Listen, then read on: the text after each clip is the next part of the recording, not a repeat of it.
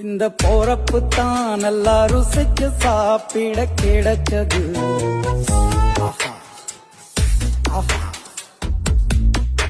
அத நினைச்சு தான் மனோபோலகம் முழுவதும் பறக்குது. அட சுட சுட அட சுட சுட அந்த மதுர மல்லிப்பூ இட்லியே மீன் குழம்புல கொஞ்சம் புரட்டி சாப்பிட எச்சிலு ஊறுது உள்ளுக்குள்ள. இந்த போறப்பு தான் நல்லா ருசிச்சு சாப்பிட கிடைச்சது. இந்த போறப்பு தான் நல்லா ருசிச்சு சாப்பிட கிடைச்சது.